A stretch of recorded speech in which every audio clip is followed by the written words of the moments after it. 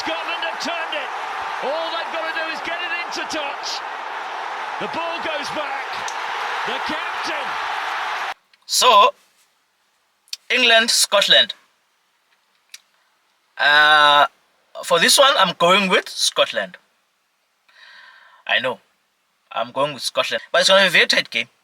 It's going to be a very tight game.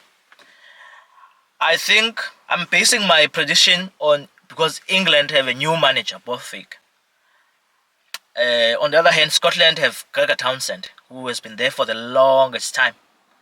So I think it's, his time. He's been there for the longest time. Borthwick is new. It's going to take time for Borthwick to consolidate. So I'm also impressed by the fly half and scrum half pairing of Scotland. White and Finn Russell, which I think is a brilliant pairing. Because the last time I watched Scotland in England, Ben White came in for Ali Price, because Ali Price had to go for an HIA, and Ben White came in for a few minutes and he scored a try. Brilliant try.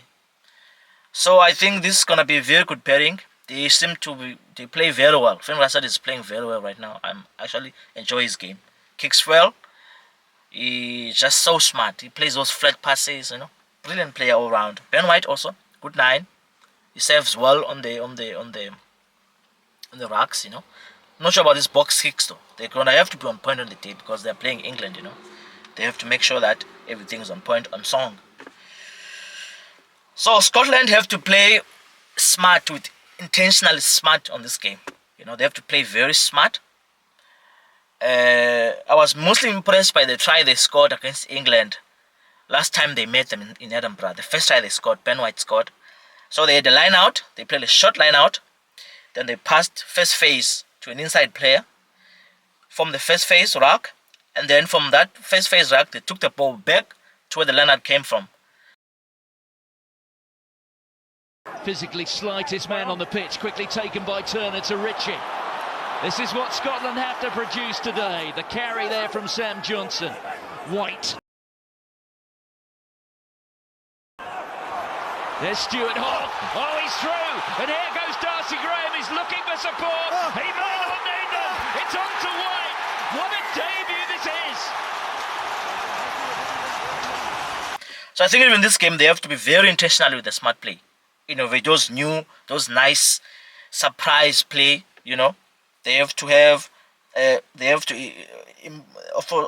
to implement some on the tackle zones. They have to do chop and choke tackles to allow them to have some kind of advantage on the breakdowns. A chop tackle allows the player at the tackle to contest the ball better than a normal tackle.